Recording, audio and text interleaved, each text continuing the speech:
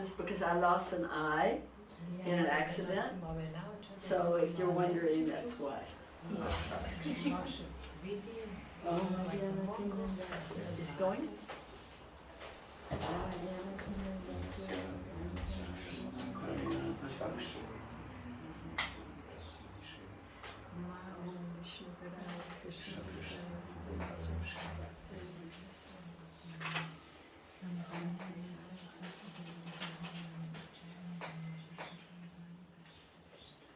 Hare Krishna. Hare Krishna. Hare Krishna. Thank you so much. You're all smiling and happy. Thank you so much for inviting me. Thank you for carrying on Lord Chaitanya's movement in this very difficult part of the world. A little bit difficult after what you've been through with the horrible war you had a few years ago. And I really appreciate that you managed to weather through that with your faith in Krishna. So, I was with Srila Prabhupada in 1967, Wow. January of 1967. I was a young girl. As you can see from the cover of my book, I was young at one time. And I was taking dictation from Srila Prabhupada because I became his secretary soon after this. Because I was a student.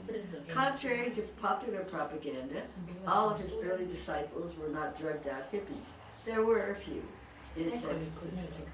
But most of them, the very early disciples, like Brahmananda, Karpamuni, Rupanuga, so many, Jadharani, they were college students or they were already graduated from college and working. So, I was a senior in college at the time that I met him, and it's very mystical because we were actually seniors at the University of Texas in Austin, which was a prestigious school at the time. The president's daughter was going there. And we had a shooting, meaning that somebody shot a bunch of students. That happens every day.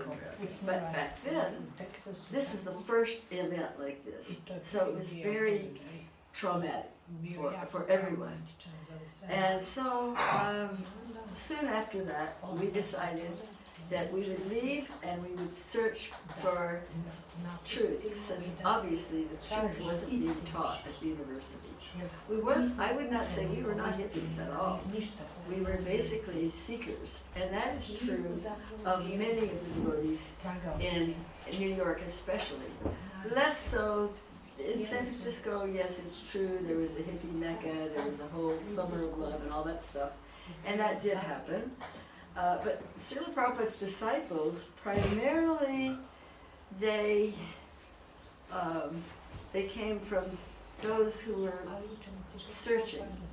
And like Prabhupada often said, my Guru Maharaj sent you all to help me. It's not an accident.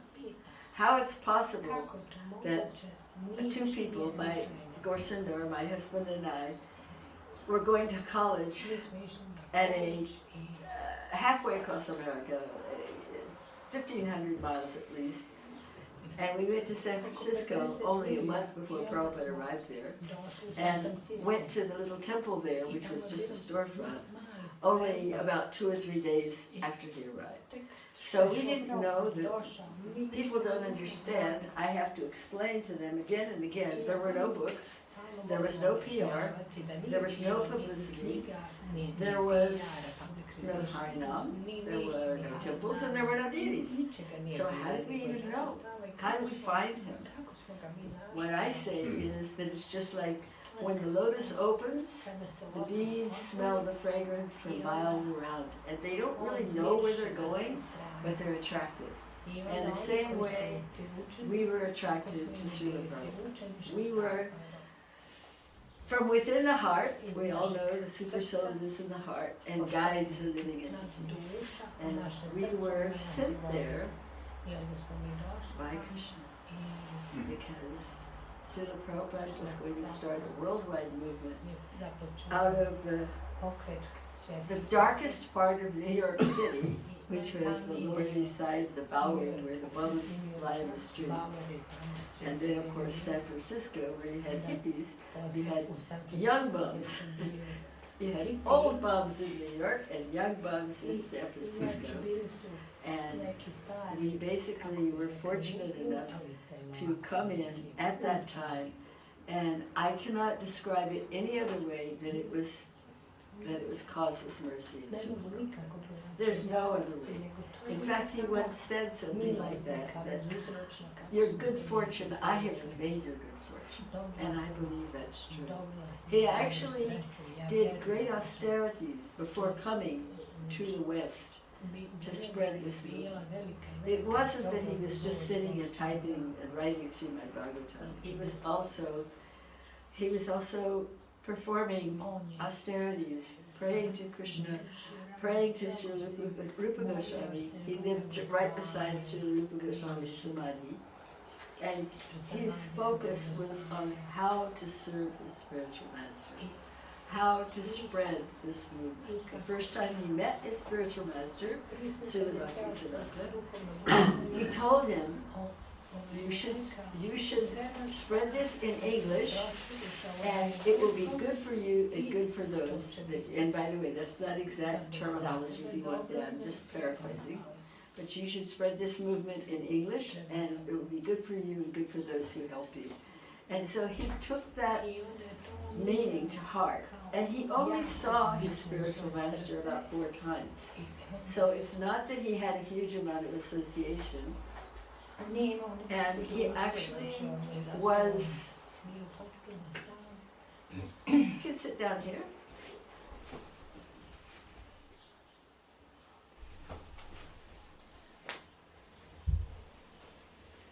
We're happy to have you.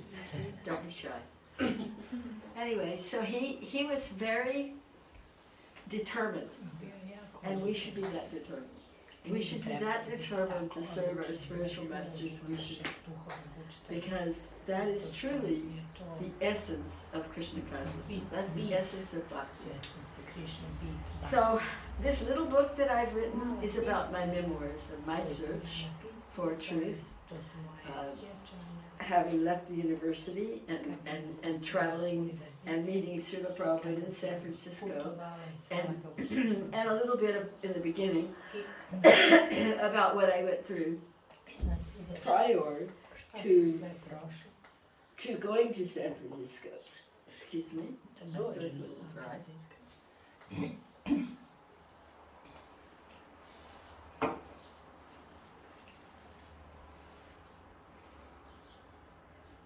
Srila Prabhupada wanted that this movement be spread all over the world, to every nook and corner, to every town and village. This was Lord Chaitanya's prediction, and he was here to fulfill it.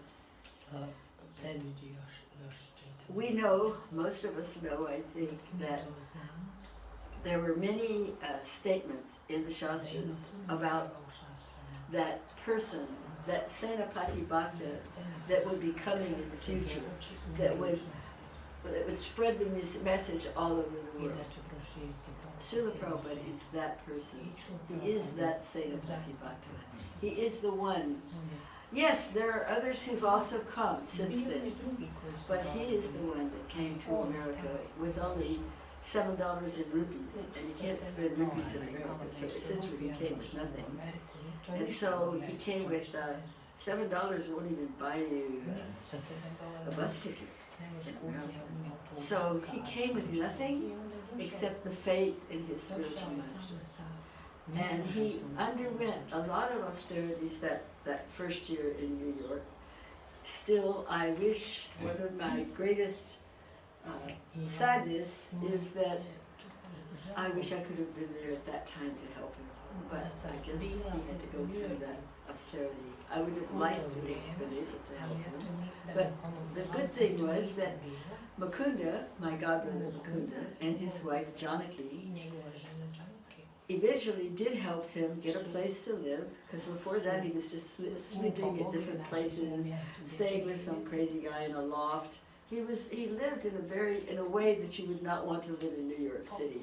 New York City gives me the creeps. I mean, personally, I'm more afraid of New York City than I would be to travel a lot of places in the world.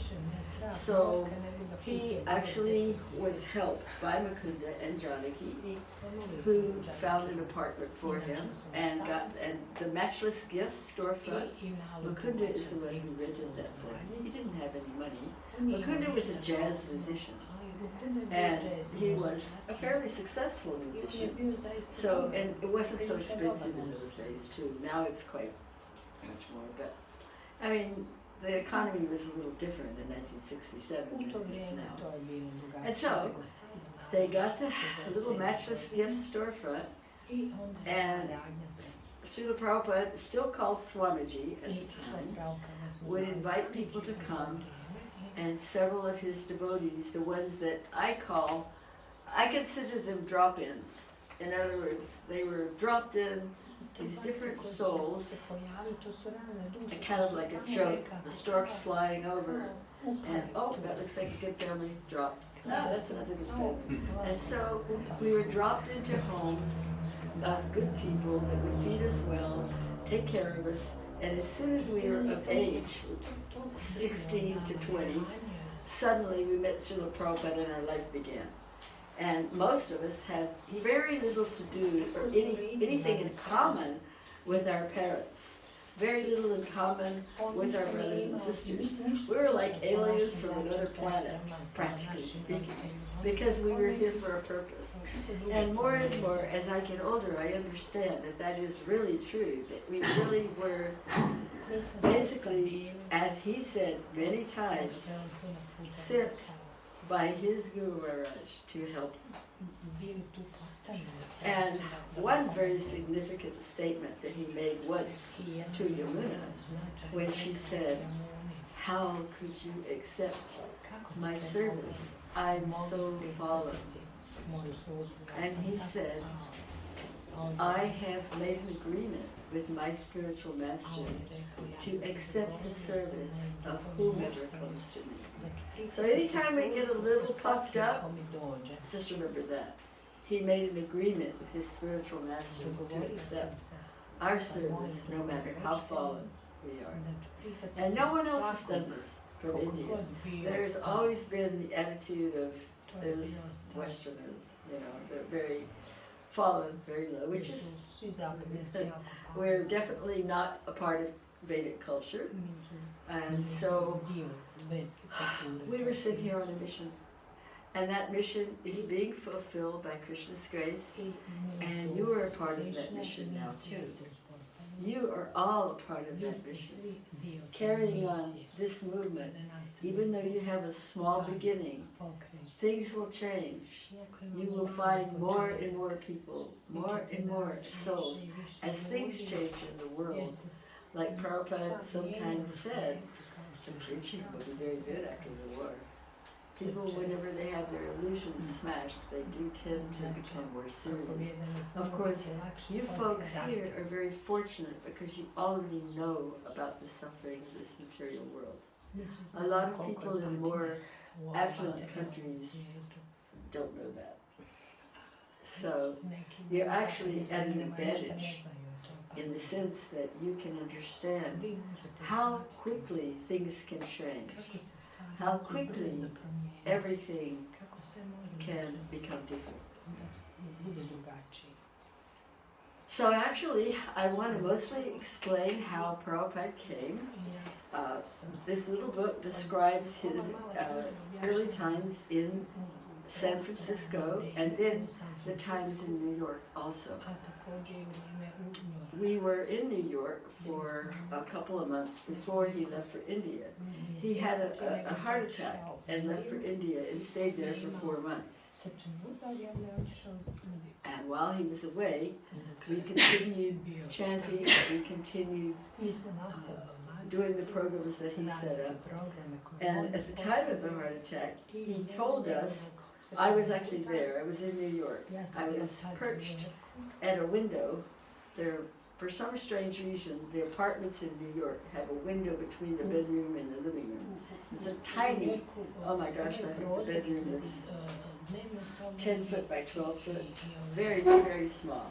This part, not even the full size of this, and the little living room was a little bit bigger. And so I actually witnessed his selfless, unconditional love. This was actually I consider that to be my initiation.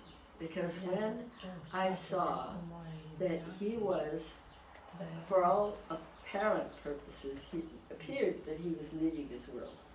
He could not sit up. He had Brahmananda and Satru sit him up, and he had opened the Bhagavatam, and even at the last breath he was preaching.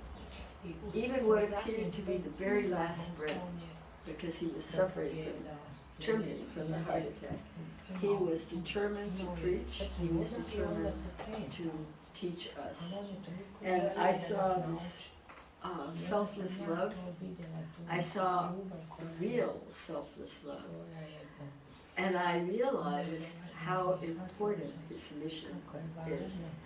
That night was my great turning point in my own Krishna Bhakti. I'd only been a devotee a couple of months, but I still had some doubts. I still had some concerns. I wasn't a serious thing, but when I saw this, I saw pure, unconditional love in a way that I've never seen before. And that love is coming from Krishna. That love is coming from Lord Chaitanya. And that love is reaching everyone.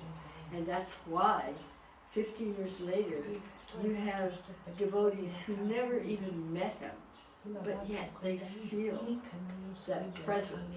They feel his caring for them. They feel the soul, the spiritual energy when they chant Hare Krishna. They feel the spiritual energy when they chant the Namam prayers to Srila Prabhupada. And so what we're trying to do is share that. And one of the ways that I believe we can share that, and it's very important, is to share his pastimes, share how he dealt with other people. Because we have a dearth of information in that. We have wonderful books. We have the Gita, we have Srimad Bhagavatam, we have Chaitanya Charitamrita, none of which we had when I first became a devotee. As I said, there was only the 3 volumes that he wrote in India that he brought with him on the trunk. Other than that, there was no other information. But we had him. So everything that we had, everything that I experienced was based on Srila Prabhupada, who was Swamiji at that time. And his singing of the prayers in the morning were what actually cemented my heart in Bhakti. Because when he sings the prayers to his spiritual master, or when he sings Hare Krishna, when he sings bhajans, if you open your ears and let this sound vibration go into your heart, you will feel this love that we are all loved, that everyone is yearning for. So, along this line, I want to ask my trusty assistant for 4/20/25, because a lot of the people are here tonight. Because devotees ask me, how can I make fast advancement in spiritual life? How can I get past my analysis? How can I do this? Okay, I have a very good prescription. It's in the Bhagavatam. I mean, there's lots of prescriptions, but this prescription, I think, is the one that I used. And I can only tell you what I used, because I'm not anybody else, I'm only me. But it's a very valid thing that if you listen to Srila Prabhupada's kirtans, you will understand what I'm talking about. This is 4:20, Bhagavatam 4:20/25. My dear Lord, you are glorified by the selected verses uttered by great personalities. Such glorification of your lotus feet is just like saffron particles. When the transcendental vibration from the mouths of great devotees carries the aroma of the saffron dust from your lotus feet, the forgetful living entity gradually remembers his eternal relationship with you. Devotees thus gradually come to the right conclusion about the value of life. My dear Lord, I therefore do not need any other benediction but the opportunity to hear from the mouth of your pure devotee.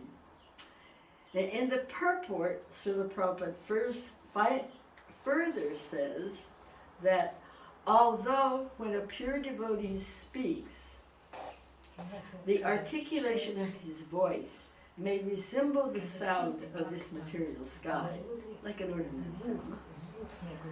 His voice is spiritually very powerful because it touches the particles of saffron dust on the lotus feet of the Lord. As soon as a sleeping living entity hears the powerful voice emanating from the mouth of a pure devotee, he immediately remembers his eternal relationship with the Lord, although up until that moment he had forgotten everything. So,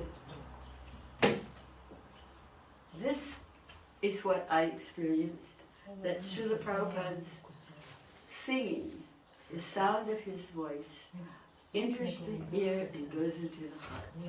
And I had been practicing yoga, so I could actually envision this. It was like golden threads going into my heart. So this is my my prescription. I think that if you will listen to Srila Prabhupada's kirtans, and if you will hear his lectures, if you can speak English, even if you can't speak English, I couldn't understand anything he was saying at first either. But if you will listen to his bhajans and his kirtans, it will help speed you along in your path of bhakti. And the reason that I'm bringing this up is because last year when I went to Sadasanga, it was a 5-hour drive, and a younger devotee picked me up. And on the way, I asked, can we, we were listening to various kirtans, can we listen to one of Prabhupada? And I was totally surprised that he didn't have a single one. He didn't really know that there's a difference in kirtans. He didn't really know that there's a difference in the sound vibration. So I realized that I really have to tell people about this, because I love other kirtans too, but you need to balance your diet with Prabhupada kirtans. Have your substantial food, and then you can add whatever you want. A nice, kirtans are wonderful, all kirtans are wonderful. I'm just saying that if you can meditate or focus with your mind and your ears and your heart on the sound vibrations coming from Srila Prabhupada, you will be benefited, I guarantee. So, that's one of my first points. My second point is that we need to know about Srila Prabhupada's pastimes. We need to hear about how he dealt with others, because most of us come from cultures that we don't really know how to deal with other people, or maybe we've had a broken home, as is so common in the West. Maybe we don't know that we're being hurtful to others. So we have a problem within our ISKCON organization of not really knowing how to deal in the way that Prabhupada dealt. And this is causing people to leave, people to be heartbroken, devotees to be disappointed. And it's happening not only, I don't know about here, because I'm just here for 2 days, but people are nodding their heads. It's happening everywhere. It's not, it's a Kali Yuga issue. So how do we resolve this Kali Yuga issue? Of course, kirtan is the first thing, we know that. Harinam is, of course, the first thing. But what would help a lot is if we understood how Prabhupada dealt with others. And from my experience at various temples, both in America and in Europe, this is something that's kind of been lost. And one one reason it's been lost is because most of the people who are teaching weren't ever even around Srila Prabhupada. They don't know. And also, there's another reason too, that at the time that Srila Prabhupada taught in America, there were a lot of we were very young, very immature, extremely immature. We had a lot of young devotees who joined, and although they did a tremendous amount of service, some of them were very ambitious and didn't really understand what Prabhupada kept trying to tell everyone. There is no room for personal ambition in bhakti. But unfortunately, they couldn't grasp this concept because in the West, or at least in the country that I'm from, and especially in New York, ambition is spoon-fed to babies from the crib. Everything is all about ambition. Get out there, get out there and make it. You gotta be top dog, you gotta win. This is the West. This is how people think.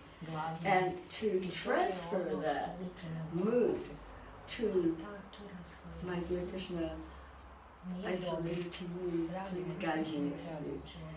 It's a bit of a stretch. It takes some time. It may take a couple of generations, actually. But what we dealt with was very, very young, ambitious young men who really didn't understand this. And I think people are starting to understand it much more now. And as a result, we have a whole generation of devotees who more or less don't really know how Srila Prabhupada dealt with others. And this is very important. And I'm stressing, that's one reason I'm stressing, read Prabhupada pastimes. What you have is you have the highest philosophy on the planet, no question about it. Bhagavad Gita, Srimad Bhagavatam, these teachings top it all. But you have people behaving in such a way that people don't want to come back, or there's scathing articles written about ISKCON in newspapers and magazines.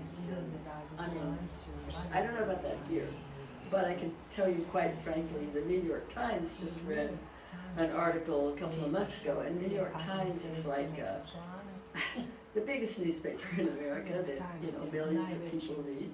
So what I'm trying to say is that we need to understand how Srila Prabhupada dealt with his disciples, how he dealt with prime ministers, governors, important people, VIPs, he called them big men, and as well as how to chant Hare Krishna. Because chanting Hare Krishna is the first step, that's the most important. But we also need to understand that Srila Prabhupada's dealings, he was a perfect gentleman. He was loving and smart. Oh my gosh. He had an incredible wit. He could see through situations in a flash. Sometimes I would just be flabbergasted at the things that he would say. I would try to guess what he was going to say, but I couldn't. And then whatever he said was so perfect for that moment, for that time. And we need to know about those things. So how do we find out about these things if the people who are leading the movement and teaching were never around him? How do we find out these things? We have to look at what his early disciples wrote. We have to read the accounts of his disciples like Mukunda, Shamsundar, Yamuna, Janaki, Malati, so many, there are so many. There needs to be more, much more. And that way we get an idea of how he would act in certain ways and how he would deal with people with loving concern. This, I think, is what's missing in our society at this time. We've got the philosophy down, and we have wonderful preachers that can rattle off shlokas a mile a minute, and their Sanskrit's really good, and I'm not even going to try Sanskrit. But they don't know how Prabhupada dealt with others, and therefore they don't know how to deal with others, and we don't know how to deal with others. So this is, I believe, one of the greatest problems that exist that we can solve. And as I say, the best thing to do is learn how Prabhupada felt. Start thinking in terms of, how they say, what would Prabhupada do in this situation? Then maybe we can make a kind of advancement where we are able to treat others as Vaishnavas and Vaishnavis. Because right now we're a little bit deficient in this area. We have many really wonderful things, but this is a little bit deficient. So, in that line, I'm going to introduce another book as well, which I can't get for you. I tried, but they couldn't deliver it in time. It's available from Bhaktivedanta Library Services in Belgium. It's also available from Amazon, Amazon UK, Amazon US, and Amazon Germany, and maybe others that I don't know about it. Actually, no, we looked online, it was available in Croatia, but we couldn't get it in time. So it takes a couple of weeks. So this book is called A Bond of Love. And it's an anthology. It's like, is that the right word, anthology? I need to look that one up. It's 150 or so of different disciples talking about their experiences with Srila Prabhupada. I had this book in my bookcase for a few years, and I didn't get around to reading it until I had to speak about it in a seminar, and I thought, well, I better read the book. And what impressed me so much about this book is that there were devotees here who met Prabhupada for 5 minutes to get a Gayatri, or maybe they got a letter, maybe they never even saw him, and yet 50 years later they are talking about their relationship with Srila Prabhupada. So many new people ask me, how can I develop a relationship with Srila Prabhupada? This is how. You have to hear how they did it. Because, you see, I'm a little spoiled. I was with him 10 years. I was with him 2 years initially. I was with him in 1977 and many, many visits to Hawaii. So for me, I was shocked that these devotees are actually serving in separation and developing a very real reciprocal relationship with Srila Prabhupada over this 50 years, which is not India. This is what impressed me most about this book. So it is, it's easy to get. I think it's about $20, maybe a little less, about I think 18 to 20, something like that. I highly recommend it for devotees to read. It's A Bond of Love, Srila Prabhupada and His Daughters. And it talks about many different devotees' experiences. Some of them are in India when he went to India, which I wasn't there at the first trip to India, so I love reading about that. And I believe this will help us learn how to deal, because there's history in here too. I mean, the Lilamrita is very good chronological history. It tells you what happened when and what cities he went to, and basic structural. But it doesn't really give the personal, loving exchanges that we need to learn from. That's my humble opinion. So, I think that's the main things I want to cover.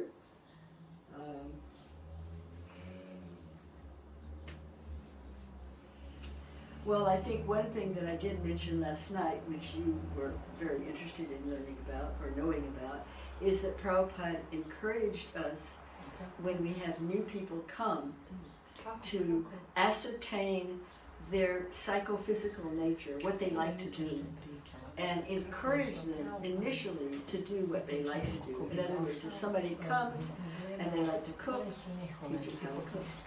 If somebody comes and they're a painter, let them paint pictures of Krishna. And the reason for this is because when we are first doing devotional service, we don't have any experience yet. But if we can dovetail our likes, maybe I like to paint, I like to cook, I like to clean, I like to do.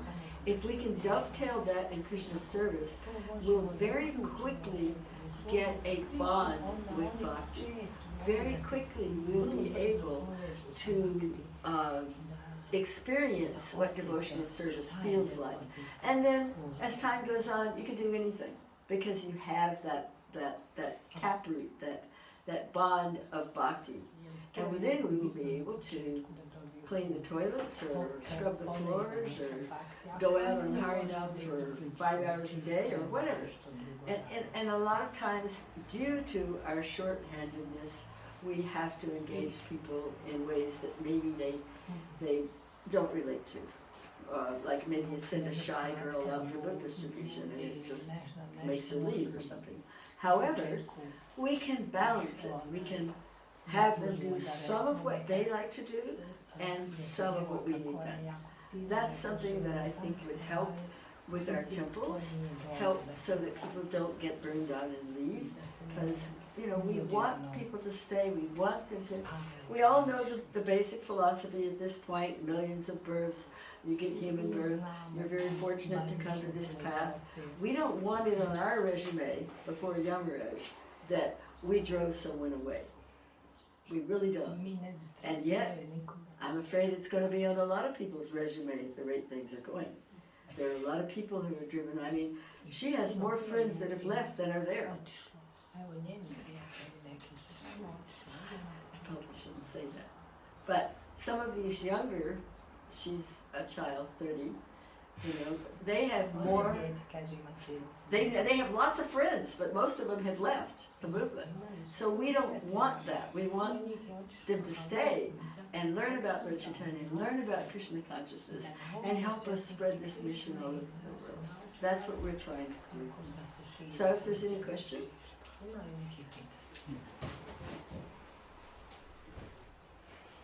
Any questions?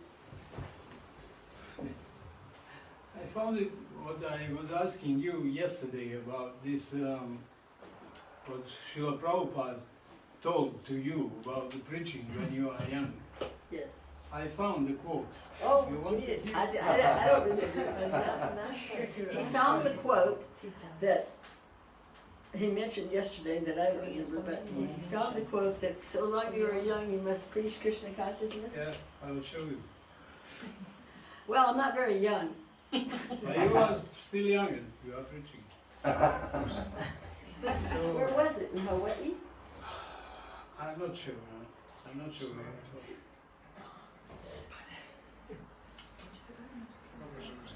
On je našao neki citat što je rekao što Prabhupada mi je rekao njoj, bila mlada ili stara, ne može propovijedati se. Pitanja. I think so long we are young and so long we are old, we have to preach Krishna consciousness. Srila Prabhupada was preaching Krishna consciousness at the very end. That's what I saw. That was the dedication that I saw. The dedication to loving others and loving Krishna and loving his spiritual master. So if we really love our spiritual master, if we really love Srila Prabhupada, we will do that which pleases him. And that's the essence, isn't it? Of bhakti. So Srila Prabhupada once said to his disciple Govinda Das, preach while you are young. When you are old, retire to Vrindavan and chant Hare Krishna. But you cannot retire unless you have preached sufficiently. The mind will agitate. If you have preached, you can retire and chant Hare Krishna, so preach as much as possible. Prabhupada will love it. That was in Hawaii. I remember that. You remember? And yes, it's true. We have to preach while we can. And Srila Prabhupada was not keen on anyone retiring to Vrindavan. Actually, that was not his mood at all. Otherwise, would he have left Vrindavan? He didn't come to the West. So this is a fact. Our main duty, as I see it, is we are a seed scattering generation. This generation of Prabhupada's disciples, rather than getting hooked into all the nitty-gritty, let's fight over this now. Oh, let's fight over that, and let's fight over this. Oh, did they fall? Did they not fall? The leaves fell. On and on and on and on and on and on. It's not really necessary.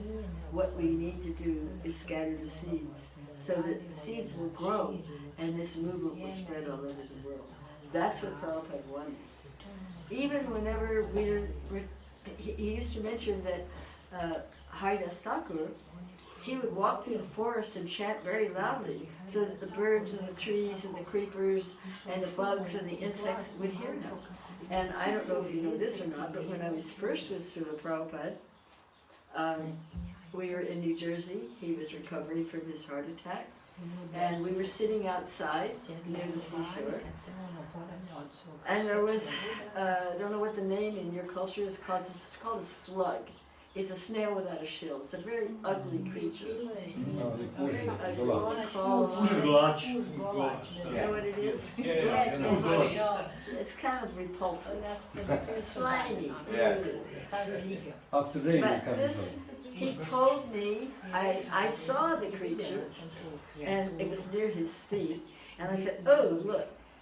And he said, he looked down with most compassion, and he said, chant to the poor creature. So I'm down on my hands and knees chanting Hare Krishna to the slug. This is how I learned compassion. This is how we learn compassion. We have to have compassion like him. That tears can come to his eyes. This is the meaning of Acharya. One who has compassion for all the entities. And so this is what we need to learn. This is what we need to learn. This is what we need to emulate. But I'm telling you this story because it happened to me. But you won't find that in the Bhagavad Gita. Therefore, you need to hear these things that he did with his disciples. How he trained them. How he taught them to chant to a slug. Or how he told them to chant, to preach now and retire later. This is what we need. This is what's lacking. We need to know what Prabhupada taught like. Because we do not have that happening in our society. Unfortunately, we have everything else. We have beautiful temples, beautiful books, we have wonderful, everything is really wonderful, but our dealings with one another are causing many people to leave. And I personally have godbrothers that I love very much. They won't set foot into this country because of the way they've been treated. And you could hear a whole lot more about Prabhupada from them than from me. But because there's so much bad feelings that have been generated, unfortunately, we have an impasse that needs to be crossed. It needs to be healed. These wounds need to be healed. So thank you for finding that.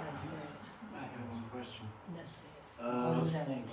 You said a lot of this, that we should have faith in spiritual master. What? That we should have faith in our spiritual master. So what happens when one loses the faith in his spiritual master, rather listen to Prabhupada then? Well, that has happened.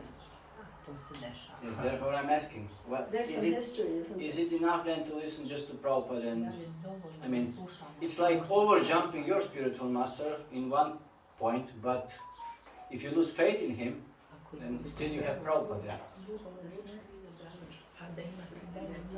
Is this okay? Or Okay, who wrote the books? Prabhupada.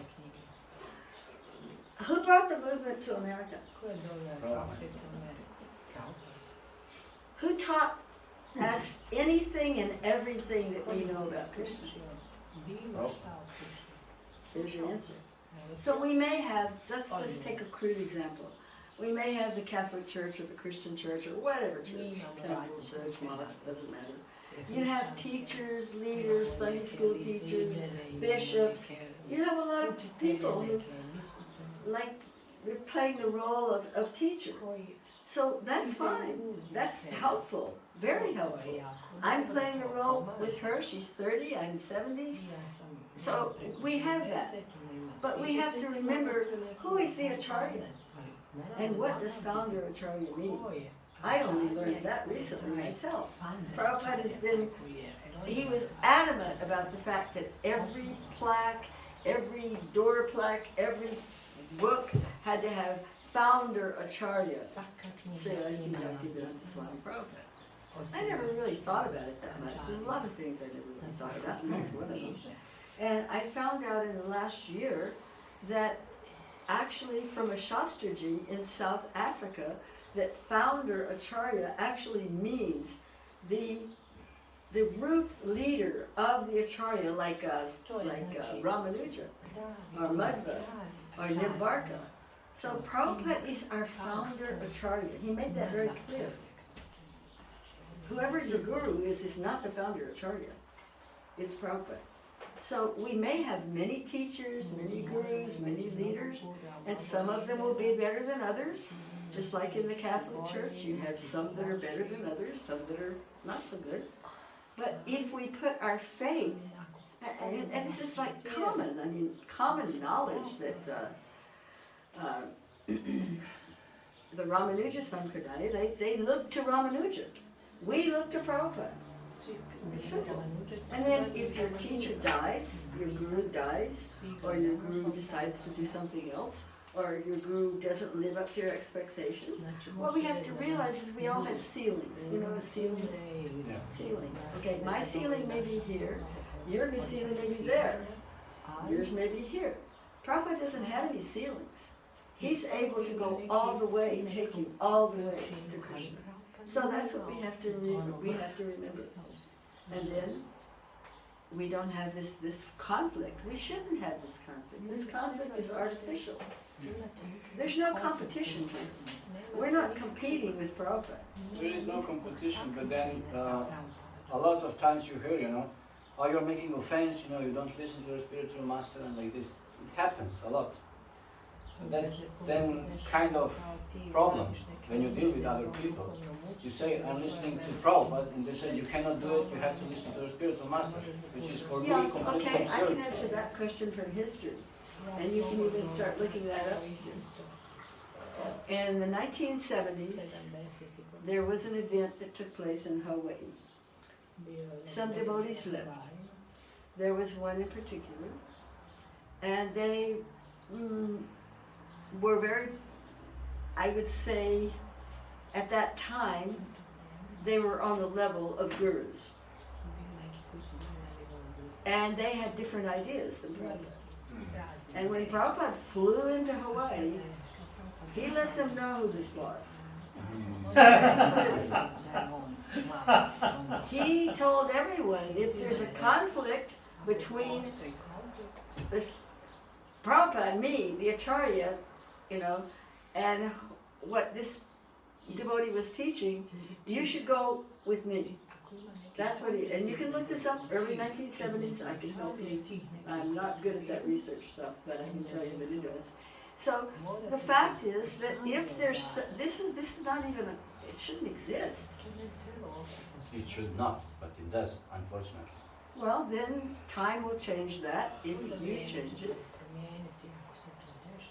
And maybe some people can't accept that yet. But it is what it is. I'm not making it up. For me, it's clear. I have no problems with that. And maybe for the person next to you that you're talking about, whoever that person is, I don't know who they are because there's no person next to you, but maybe that person will realize it later on. So what can you do? You can't. If people aren't ready for the truth, then they will live in the ignorance. There's nothing you can do. But this is fact, and this is Shastra, and this is historical. And Prabhupada definitely made many statements at that time. There was an attitude that there was some conflict between godbrothers. That's what it usually amounts to. And they wanted to go this way, and they wanted to go that way. And Prabhupada came in and said, no, you're going to go my way. And that's the way it should be. You know, that's. Remember, he's the one that came from India and started. We wouldn't. I know there was one thing my husband wrote once on a book, on the back of a book. If anyone has heard if anyone knows anything at all about Krishna, he must have heard it from Srila Prabhupada. And that's essentially the truth. Okay, so now we have Gaudiya Math, now we have this person, now we have that person, we have a lot of other people, some good, some bad. But essentially, Srila Prabhupada came here in 1967, over 50 years ago. And not a single soul knew anything about Krishna in the Western world at that time. And it came from him, from his austerities, from his determination, and from his love for all living entities, and following the orders of his spiritual master. You need to distinguish between the Acharya and the Guru, or the spiritual master, or teacher, or that's Mataji, lately it's famous to have the devotees have Rasika topics about Radha Krishna love, Vrindavan. What was Prabhupada directly, about this? Can you yeah, he said a lot. Just go online and look up Gopi Baba Club. Gopi Baba Club is that, yeah. What Prabhupada said about it? Yeah, well, what he said about it, look up Gopi Baba Club. He made it very clear. Well, that is a problem. Personally, I feel very uncomfortable. I feel very uncomfortable around that kind of way over my head topics. I think that at this time in history, we have to remember where we came from. And if you want to talk about Gopi Bab, make sure you don't have a single shred of lust remaining.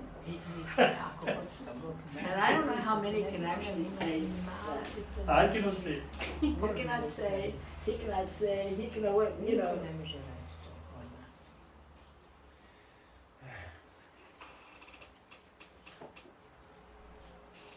Srila Prabhupada focused on Lord Chaitanya and Gaur Nitai, and we should focus on them also.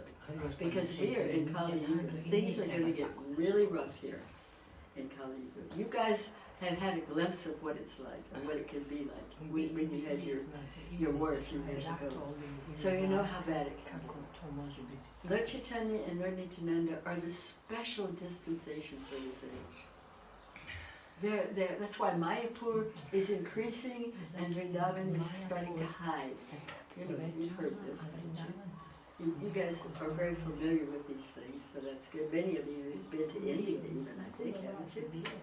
So you know that in this age, I mean, I'm personally very, very fond of Child Krishna. That's always been my thing. But my focus has to be on Lord Chaitanya and Lord Nityananda, because they're the ones that are sent to help us. It's like we're little frogs at the bottom of a well here, and how can we know anything about Radha Krishna? Can we really? I think it's a joke. And I think it's a joke, huh? Joke, yeah. I mean, it's very attractive, but why is it attractive? That's the problem. It's attractive because we probably want to enjoy too, just like that, right? And after all, Krishna is the supreme male, and Radharani is the feminine. And so, I mean, is this not dishonest? I think we better think more in terms of the holy names. In this age, Lord Chaitanya and Lord Nityananda are the special gifts for the people of this age who would be, I mean, otherwise the prognosis doesn't look good. So I personally can't comment on that very much. I know some people who really love to read Leela stuff like that. I personally can't relate to it. Prabhupada never encouraged it, ever. No, he didn't. In fact, he discouraged it. And that's maybe for our own good. Maybe it's the medicine's too strong for us for that. Maybe we need to take a different kind of medicine. Since he's the Acharya, maybe we better stick to him. I mean, there may be some very advanced devotees, like I have a godbrother named Mahanidi. He lives at Radhakund. I myself cannot go.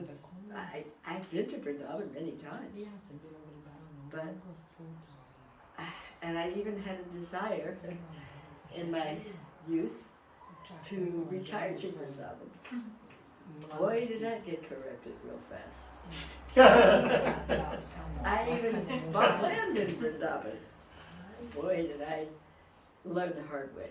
Anyway, that's another story. But I think that we need to focus on what Prabhupada told us to do.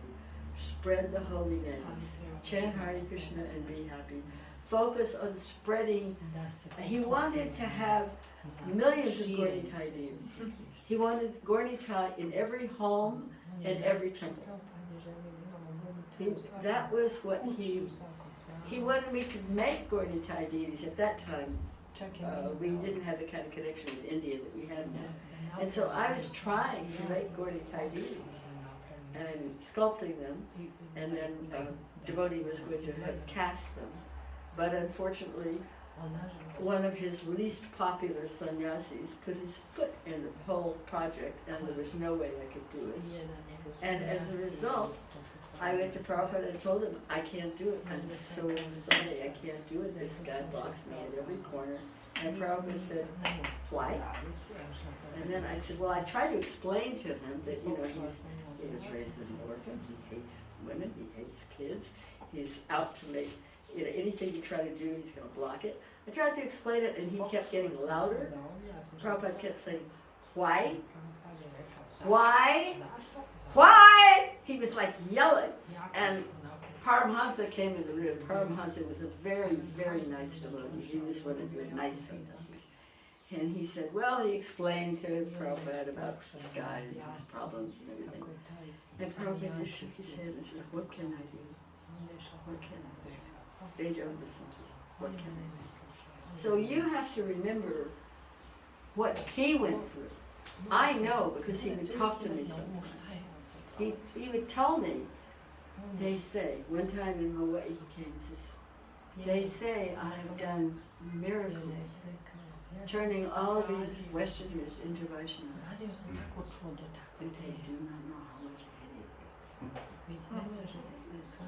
This is what we have to understand, what he went through, trying to balance his cultural values, this Rajasic, insane American mood with Krishna Bhakti. They don't really go together. They're kind of rasa basa. Personal ambition doesn't work with Bhakti. And that may take a couple of generations for people to understand. And you may not have here that kind of personal ambition. I don't know. Because I don't know your culture, I don't know your situation here. But I can tell you that it has really proven to be a big problem in America and a death knell to many, many, many devotees. What's the problem in America? Right here, personal ambition. Personal ambition is problem. Personal ambition, that means I'm doing this to achieve something for me. I'm doing this because I want to be wealthy, or I want to be famous, or I want to have power over others. I want to be a big cheese. Well, Prabhupada called them big men. And almost sarcastically. Let's go to Delhi and see the big men. The big men were the politicians of Delhi. And big men, politicians, big men. You have them in every organization. You have them in government, and you have them in religious organizations, you have them in churches, you probably have them in, I don't know, you have them everywhere. So Prabhupada was very aware of this, and he did the best he could with what he had to work with. He did wonders. I mean, he's like a boat full of pirates, and he managed to get everybody to do something wonderful in the way of spreading Christian consciousness. He did. He brought out the good in people. He brought out, by his love, and he would extract the good. He would extract the ability to do things we didn't even know we could do. And yet, after he left, personal ambition took over. That's what happened. In a nutshell. And he talked about this many times, there's one very famous morning lecture that I recall in Hawaii. No, it wasn't a lecture, it was a walk, a morning walk. And one of my godbrothers was trying to find out how to dovetail. You know how we dovetail writing, we dovetail harmonium playing, we dovetail painting, we dovetail cooking. He was trying to understand how to dovetail personal ambition. And Prabhupada kept saying, you can't. It doesn't. Personal ambition means it's not about Krishna, it's about me. Understand? Yes. So this is what happened. Prabhupada planted a seed in soil that was tainted with personal ambition. And that plant grew. And while he was here, that plant flourished. And when he left, unfortunately the weeds kind of got out of hand. But the plant's still growing, people are still chanting, babies are being born, new people are coming, new people are dancing, it's, the time moves on. You can't stay stuck in the past because time never stops, it just keeps on going. And so this personal ambition, weed, choked a lot. It choked a lot of people, it choked a lot of leaders, it choked a lot of progress. But it doesn't mean it's over. We just have to recognize, oh, there's a weed in my garden, I gotta pull it out. And so that's what we're trying to do. We're trying to pull out the weeds and use some really good fertilizer. And the good fertilizer is learning how Prabhupada dealt with others. Learning how he dealt with his disciples, so that we can learn how to deal with others. Understand? Mataji, I have to confess, I have also a lot of personal ambition, but I don't give up on Krishna at the same time. Maybe I try not to press others, you know. Well, your personal ambition for what? For get money for life. Personal ambition for get money is fine. That's personal ambition, but not personal ambition to use Krishna in that way. Okay. Personal ambition is going to be there. You're a man. You probably have a family to support. So you have to have some fire to go forward in the world. You're a young man, so you have that need. But we're talking about personal ambition in the way of bhakti. Okay. We're talking about trying to be, how shall I say it? Dominate others. Okay. Personal ambition to lord it over others. Personal ambition to manipulate other devotees. Personal ambition to make myself look very good, very, very famous, very popular. I can chant so many slokas, but my heart may be very dark, but you can't know that. You can't know that. No. Because I want to be the big man. So that's what I mean. I'm just giving you an example. That's what I mean. So your personal ambition for other things, that will get, as you grow older, that will wane. Your family grows up, you come. That's a natural part of life. But you don't quite understand what the personal ambition in America is like. That part you might not get. It's a little bit supercharged. Yeah. Any more questions? Yeah, Mataji. I have one question. Okay, you choose which side. Try it this way. Priđi da se čuje. Ne čujemo te vamo. I wanted to ask, when you were young, would you ever expect that Srila Prabhupada's mercy would bring you to such distant places like Bosnia, or that you will sing in Harinam in Zagreb. How does it feel now after so many years that it's so adventurous for you?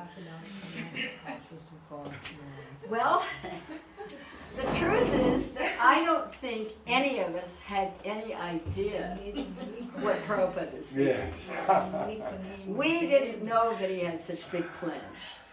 We just knew we were mesmerized, we were in love with him, we loved to hear him talk, we felt so much joy, we were like children. I mean, we were young 20-year-olds, young 18-year-olds. Not as, there was no internet, remember. No Facebook. No cell phones, no internet, there was TV, but even the TV shows were kind of innocent back then. Things weren't like they are now. And so we would sit around in a semicircle in his room at night in New York. And he would just talk to us. And we were like a family. We had so much love and trust. We were boys and girls, but we were like brothers and sisters. There was none of this weird, you're a woman. None of that stuff. It was just, we were looking to him. And he was our father, and we were like children. It was a wonderful man. And any old folks can tell you about this. It was a wonderful, wonderful time. But we didn't know that he had such big plans. Even though in 1967, I have pictures of him turning the globe, you know what a globe, that atlas that has all the continents on it, he would turn it and study it. I have a picture, beautiful color picture of him saying, Brahmananda, I mean, you understand now, we have barely enough money to pay the rent on a tiny, dingy apartment in Storford. Brahmananda, you shall go to Russia. Gorsenor, you shall go to Japan. Rai Rama, you shall go to England. Yeah, like this. He was thinking of worldwide takeover. He was. But we didn't know that. We just accepted whatever he did, and we had no idea. No, I had no idea that I would be in Bosnia or Croatia or really, no, I had no idea. This was and yet I see the need. I see the need to encourage the devotees to remember Srila Prabhupada, because I believe in my heart it is the only thing that's going to save this movement, because so many people are arguing, bitter, angry, whatever they are. Whenever we just see how nice it is whenever we talk about Prabhupada. All of a sudden everyone feels really happy. You know why? Because his presence comes when you talk about him, when you meditate on him, when you look. He said this, I'm not making this up. He said, you read my books, I'm present in my murtis, I'm present in my pictures. This is the essence of Krishna consciousness. He is the founder Acharya. This is what needs to be placed into the center. For many years, till 1996 or so, he wasn't in the center. He came back into the center. And now we have to realize that all of us have to keep him in the center of our lives. We can have teachers, you can have gurus, you can have, I mean, I have people that teach me. She teaches me things all the time. I'm so stupid when it comes to self-love. She teaches me stuff all the time. And I teach her stuff, But ultimately, we have to understand that Srila Prabhupada is our root founder Acharya, and he's in charge. He's the one who's going to be there at your time of death to help you cross. I promise you. It will be him. It will be him. My former husband, Gorsunder, passed away last year. And I spoke to him the night before. And he was saying, do you see Prabhupada is standing in that ornate doorway? And he's not the only one. This has happened to many of the disciples where they see Prabhupada at the end. So you have to remember who is going to be there for you. And who your ultimate I master is. ko je vaš krajnji? Did that answer your question? Yes, thank you very much. Any more questions? Yes, Yes, yes, Hare Krishna. You was mentioning that Prabhupada in the beginning was speaking like prophetic things, like I read that you said that Prabhupada in the beginning was mentioning like prophetic things, like dogs. There will be no food in the cities, and dogs will attack men. Oh, you want to get into things like that? Never talk to you. I was surprised. I was told before I left Croatia, Not the don't talk about war, Govindadasi. Oh. Don't talk about war. Because War. they can't, I mean, you guys suffered so much here. I read about it. I read about it several years ago. And the fact that you made it through and you're still devotees. It was when there was war in ex-Yugoslavia. There was most devotees coming at the time. Did you? When was war here in these areas, ex-Yugoslavia, there was most devotees appearing from that time. Because they were suffering. Huh? Yes. Yeah. Yes, you're right. Because they were You suffering. get it immediately. Well, that's kind of how it works, isn't it? Yeah. There are no atheists in the war. That's right. They all pray. Svi se mole, da. On the deathbed, well, some people are really stupid and being atheists, but whenever there's war, my uncle fought in the World War II, and he said that he was at Iwo Jima. Iwo Jima. Iwo Jima. Oh, very Yeah. bad. And he told me there were men dying and they were calling out for their mother. They were calling out for God. They were dying. And whenever you're dying,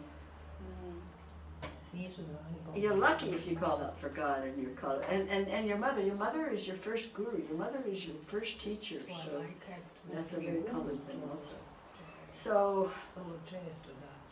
So you're saying that there were more devotees then? Yeah, because there was, they don't have any shelter, and God is only shelter, in that Well, moment. that time is coming very soon. Yeah. He's all right. We'll have more devotees again. But Prabhupada talked about it a lot in 1968. Are you sure I should talk about this? I was ordered by someone in We are in Croatia. Bosnia, no, normally. I can stop the video if you want. No, it's not that. It's that she told me not to upset them because they've suffered so much. Besides, I think you're not the main target. They've already destroyed your economy. The main target will be Poland and Germany. But guess who we have in Germany? Nishingadeva. Lord Nishingadeva. Sitting there, powerful with one wiggle of his eyebrow. He doesn't need bombs. He can wipe them all out. And I'll tell you, on Nishinga Chaturdashi, normally he looks really peaceful and beautiful. On Nishinga Chaturdashi, I was shocked when they opened the curtains. He looked ferocious. Absolutely ferocious, like I've had enough. I'm ready to take them all down. I mean, he just looks so ferocious. So, I mean, we do have that great asset in Europe that we did not have in the past, that you did not have in Bosnia. He was in Germany. I joined in Germany. I joined practically there on the farm. Well, frankly, it's one reason I came to Germany. I came to Germany to pray to him to protect the devotees because we are on the very edge right now. I just saw today they put this nuclear airplanes into their bunkers and Poland will probably, I mean, I'm not God. I'm hoping that it can be averted. But first page of Krishna Lit. The world was overburdened by the defense forces of, how does it go now? Military defense forces of these sinful kings. We kind of have the same situation right now. Yes. It's very similar, very similar. And Prabhupada did talk about it a lot, and there's a lot that's recorded, and there's a lot that wasn't recorded, because we didn't have recorders. He talked about it incessantly in 1968, all the time. I would walk in the room and he would say, he would glower, he would say, I do not very much like this Western civilization. Do you like this Western civilization? And I'm like, I'm 20 years old, I don't know anything else. I don't know what anything else is. But he talked about how he saw it. And you have to understand, he would say things like, your paper money, it would become like toilet paper. Here. And America was a very rich country at that time. 1970s, early 1970s, we were very wealthy. If anybody, you know, they have this word called conspiracy theorist. He would have been considered the biggest conspiracy theorist imaginable. Because at that time, there was no, now people are talking like this, the economy is crashing, all this stuff. But at that time, there was none of that. And one of the things that he was most concerned about is the cities. There would be no food in your cities. The pet dogs will run in packs and attack and eat the people. I heard this with my own ears. It's not written down anywhere. I mean, I've written it down, but later on, he quit talking for a few years. And the reason he quit talking, what I believe, is because in 1969, after I left for Hawaii, and a new person took over the secretary work. It was a young man who thought that the moon shot was for real. And at that time, everybody thought the moon shot was for real, and Prabhupada just looked at it and said, you can't go to the moon by spaceship. That's not possible. And most of us just accepted it. If he said the moon is pink and green cheese, we would have accepted it. Because we just loved him, but we didn't really care. But this particular young man, he was raised as an American boy, and they would even buy, rocket ships and NASA, and all that stuff is like real to them. And he left. He left Srila Prabhupada. And Prabhupada, I didn't even know this until the last few years. And then my very best friend is Kusha Devi, was married to Shruta Kirti for 26 years. And Shruta traveled with Prabhupada for 3 years, 2 or 3 years. He was traveling with him constantly.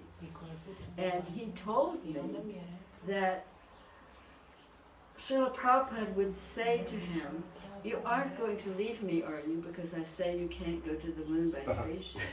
And Shruta would say, no, I'm not going to leave you. So that's really, Prabhupada loved each disciple. This is important that we understand. He loves each one of you. He loves you in ways that nobody else loves you, not even your mother. He loves your soul. And so when this boy left, Prabhupada quit talking. I guess he figured you can't tell Americans, Americans have concrete in their head, and so you can't tell them about the future. So he quit talking. He didn't start talking again, and from what I've studied, and I should research this more, 1973.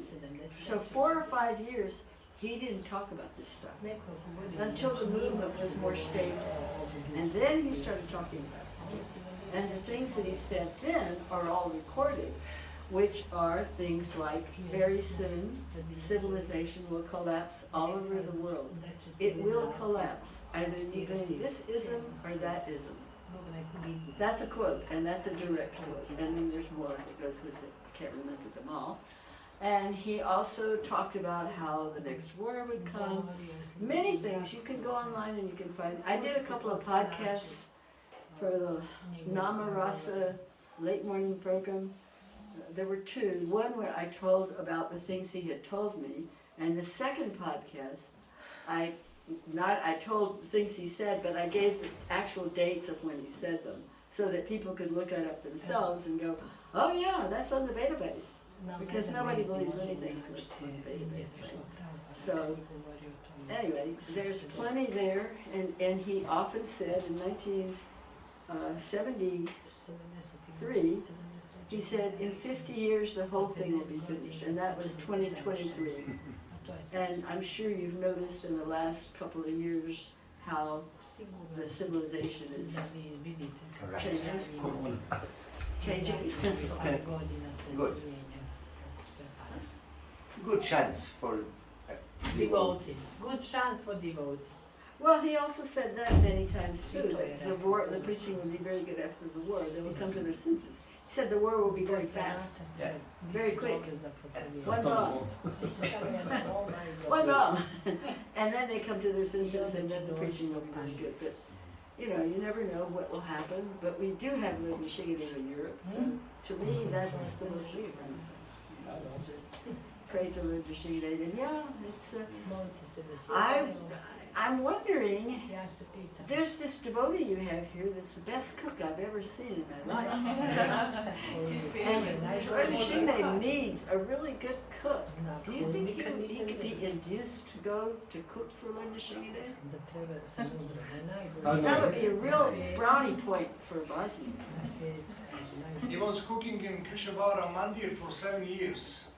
For where? In Vrindavan. Krishnavara, Vrindavan. Mandir, he was cooking. Vrindavan. Yeah, He lived in I know. Vrindavan. Oh, I mean, he's incredible. His cooking is, I mean, it's as good as Jamuna's. So good, you know, and beautiful, and it's so nicely done. It's amazing. And he calls himself Dookie Das. Who would name somebody Dookie Das? Unhappiness Das. And then I found out that's not really the name that he has, but that's what he calls himself. He's a big fan of Prabhupada and he listens only Prabhupada bhajans and Prabhupada lectures, nothing else. What? He's listening only to Prabhupada bhajans and Prabhupada lectures and nothing else.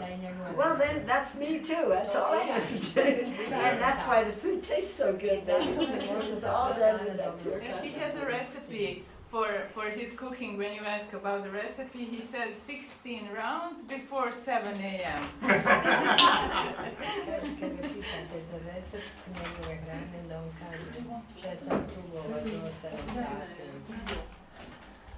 I'm wondering if he would be willing. Lord Michigan really needs another cook. Ne, zatvorite to. Ne, zatvori se. So if there's no more questions, don't you have a Sunday piece and I'm holding it up or something? I don't want to do that. Sunday feast. It's okay. Huh? It's okay. We are feasting on you. Yeah. We are feasting on your kata. Feasting on my kata. So anybody else have any He questions? said that we are going to have a kirtan now, Uh-huh. and I nakon toga prasada. after that, prasad. Okay. If anyone wants to pre-order books, you can approach me. Ako želite da naučite. Okay. Thank you so much. Thank you so much. Govinda Dasi ki jai. All praise to Srila Prabhupada. Yeah, Moram se zaratirati.